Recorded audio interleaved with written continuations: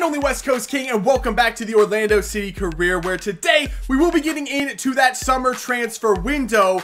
And I was taking a look at the contracts for the players on this team, specifically the players that are designated players. Remember, we have 3 of them for the rules in this series, 3 designated player spots. Currently, we have 2 of those spots filled. One of them, of course, is Kaká. He deserves to be a designated player, absolutely 100%. The other one is Nocerino. Now, also, we have to consider that Kyle Larin, who has 4 years and 7 months left on his current contract, so he's not available to get a new contract right now. He's on $8K per week in wages. However, when he is available, he is eligible to get a new contract, so the beginning of next season. He's probably going to ask for one right away. He wants 45K a week in wages, which would make him our designated player. So for now, we'll just consider him our 3rd designated player. So that fills all 3 of our designated player spots. The 3rd one, Nocerino. Now, is he a designated player? Should he be a designated player on this team? It's a very valuable spot. One of only 3 players that we can have getting paid over 40K per week in wages, which is what qualifies him as a designated player. For me, he's a solid player. However, I don't think he deserves to be a designated player. He just does not play consistently well enough to be considered a designated player. We need high impact players for those 3 spots. Kaká absolutely is one. Kyle Larin is our leading scorer. Nocerino just is not a good enough player, not an impactful player enough to take that other spot. So, in this upcoming transfer window, I think I want to try to sell him, and I've already compiled a list of players that could possibly take his spot. And here is that list of players. Now, I know this is a pretty ambitious wish list, all right? This is the MLS. This is not a Champions League team that we're talking about trying to bring one of these players into. But these are all players that are available for pre-contract, so we don't have to pay a transfer fee for them.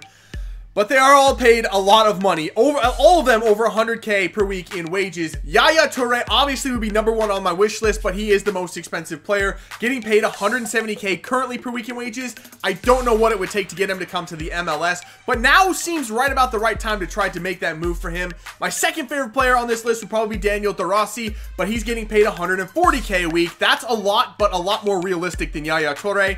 The player that's probably most likely that we could get is Fernandinho. He's only getting paid 110K, so I'm pretty sure we can make that deal work. Just as long as he doesn't want too much more than that, because if we get more than probably 140K, we're not going to be able to afford that player. So these are all really good players. Gabi also very good. Tulalan is only paid 120K, so he's a likely candidate as well. The wild card is Javi Fuego. I don't know much about him. I know he's pretty much along the same lines as all these other players, same type of player, but I don't know what his overall is or how much he's getting paid. So we'll have to wait and see on him. I'm currently scouting him, and we'll have to also wait and see if we can sell Nocerino. We do, however, have a couple of games before we can get into the transfer window. Our first one is going to be at home against New England. We had a good episode last time out. We have a lot of players, as you can see, in really good form. Hopefully, we can continue that trend and play well here in this one and pick up another 3 points at home.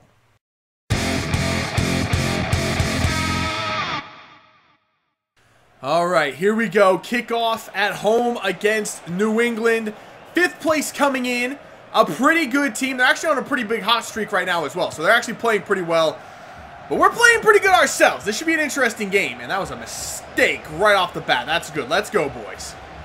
Colin, get there. Muscle. Colin. Really, Colin? Are you kidding me?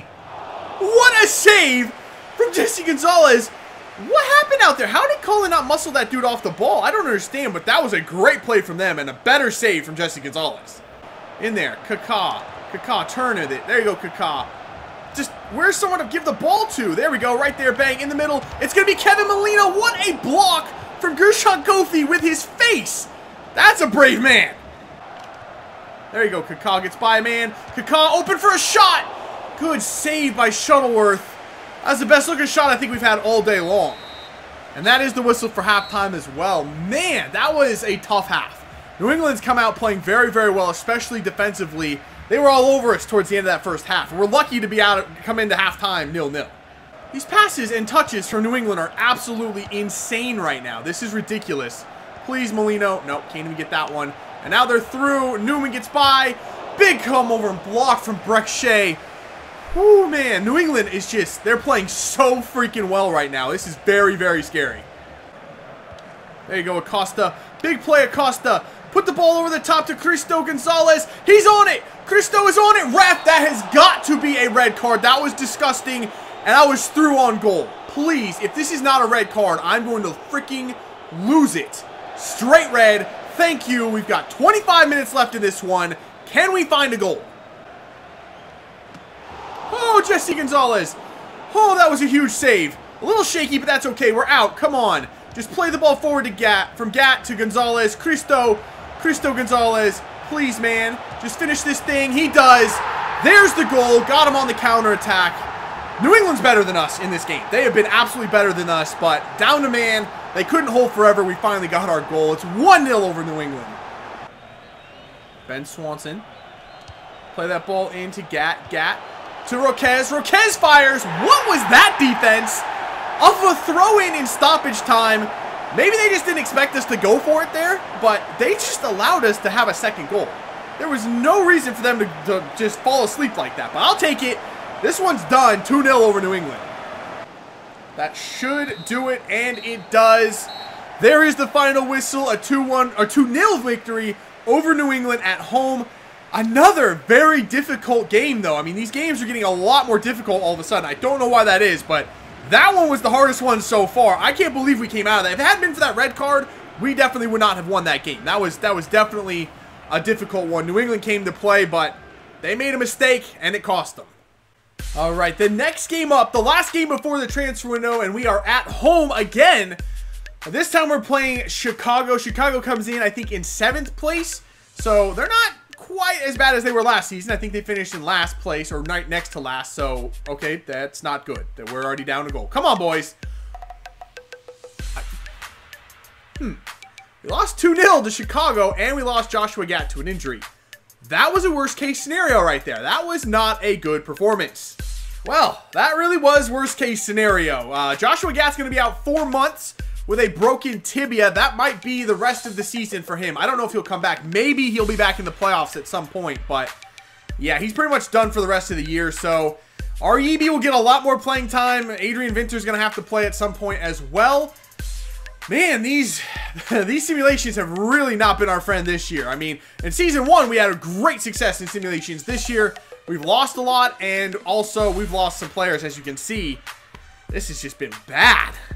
So we're now in the transfer window, and coming in, I was looking to move 2 goalkeepers, because right now we have 4 on the roster, plus we have some good prospects in our youth academy. So our first offer in is for Earl Edwards Jr., has not played a single minute in 2.5 seasons for us. And I'm going to go ahead and accept this offer for him for $210,000 from Chiavari. I don't know who they are or where they're from, but I'll take this money. All right, so we're about 2 weeks into this transfer window. You can see it's July 16th, and all we've done is sell our 4th string goalkeeper. That's really a bit slower than I was hoping things would progress, but that's okay. We now have a game against Toronto. We're on the road for this one.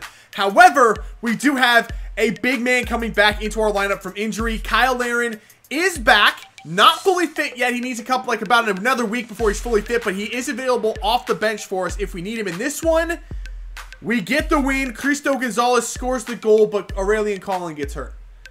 Oh boy, that's not good. At least Seb Hines is back, so we're covered there, but I really did not want to lose Aurelian Collin. God, it feels like just when we get players back from injury, we add another name to this list. There's consistently 3 names on this list at all times. We can add Aurelian Collin on there for 6 weeks with a torn hip flexor. What is with these injuries? It used to be when I got injuries, even in simulations, it was like, oh, like he got a contusion on his thigh and he's out for 3 days. These are big injuries for a long time. Like, what is happening with these injuries? This is insane. All right, we're towards the end of July. Still nothing happening in the transfer window. We're really stuck. We can't do anything until we sell Nocerino. So without that, we can't do anything, but we have a big game now. #1 Orlando against now #2 Columbus. It seems like it comes down to us every year. They're a great team. We're playing really well as well. We're hurt, but we do have Kyle Larin back, fully fit and ready to go, starting his first game back from injury. So hopefully that propels us, gives us some inspiration to get some points here, because we're 7 points clear of Columbus, but they have 3 games in hand. So we need points to maintain our lead.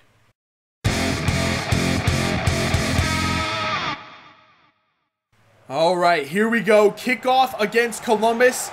It's looking like they've gone with mostly their first choice starting 11. However, They've left Kamara on the bench, which could really help us a lot. If they are not going to score goals, I think we got a good shot in this one. What? Aribi, hello? Aribi? Oh, no, there's no one there. Big block, Seb Hines. And he comes away with the ball somehow. Play that over. Wow, that was so close to being a disaster. We get that ball forward for Kaká. Kaká takes it around the man. There we go, Kaká.